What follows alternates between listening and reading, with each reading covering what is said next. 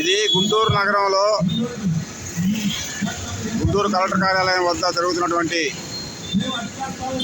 YSR Congress party యొక్క పిలుపు మేరకు ఆ కార్యక్రమం ఆ పార్టీ ఆధ్వర్యంలో జరుగుతోంది. వెన్నుపోటు దినం అనేటువంటిది. కూటమి ప్రభుత్వం వచ్చి సంవత్సరం అయింది. ఈ మేరకు ఇప్పటిదాకా జనానికి చేసింది ఏమీ లేదు.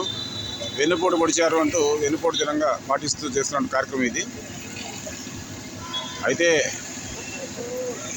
దీనికి భిన్నంగా కూటమి వాళ్ళు జనసేన వాళ్ళు కార్యక్రమం పిలుపునిచ్చారు. ఆ కార్యక్రమం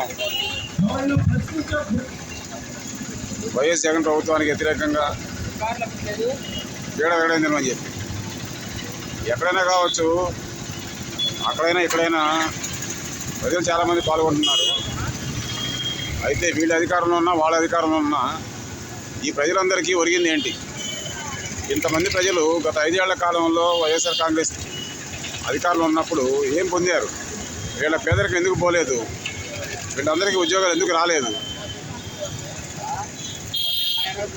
ఆర్థిక సమానత ఎందుకు రాలేదు? కూటమి ప్రభుత్వం ఉన్నా రావట్లేదు, వైఎస్ఆర్ కాంగ్రెస్ ఉన్నా రావట్లేదు. నాయకులు అంటే అర్థం ఉంది. ఈ జనం ఎందుకు వస్తున్నారు ఈ కార్యక్రమాలకు?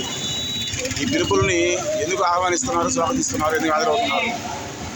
పరిష్కారం జనం దగ్గరే ఉంది, నాయకుల దగ్గర కాదు.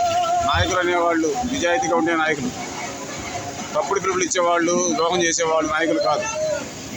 వెన్నుపోటు దినం ఒక తప్పుడు పిలుపు, విద్రోహ పిలుపు. పీడవేయడం చెప్పి ఇచ్చిన పిలుపు కూడా విద్రోహ పిలుపు. పెనం మీద నుంచి పొయ్యిలో పడ్డ దినంగా జరపమని కమ్యూనిస్ట్ ఇండియాగా మేము పిలుపునిచ్చాం. ఈ రోజుని పెనం మీద నుంచి పొయ్యిలో పడ్డ దినంగా పాటించమని కోరుతున్నాం. జగన్ పాలన పెనం అయితే కూటమి పాలన పొయ్యి. పెనం మీద నుంచి పొయ్యిలో పడ్డ దినంగా పాటించమని కమ్యూనిస్ట్ ఇండియా పిలుపునిస్తోంది. కమ్యూనిస్ట్ విప్లవం వర్ధిల్లేను.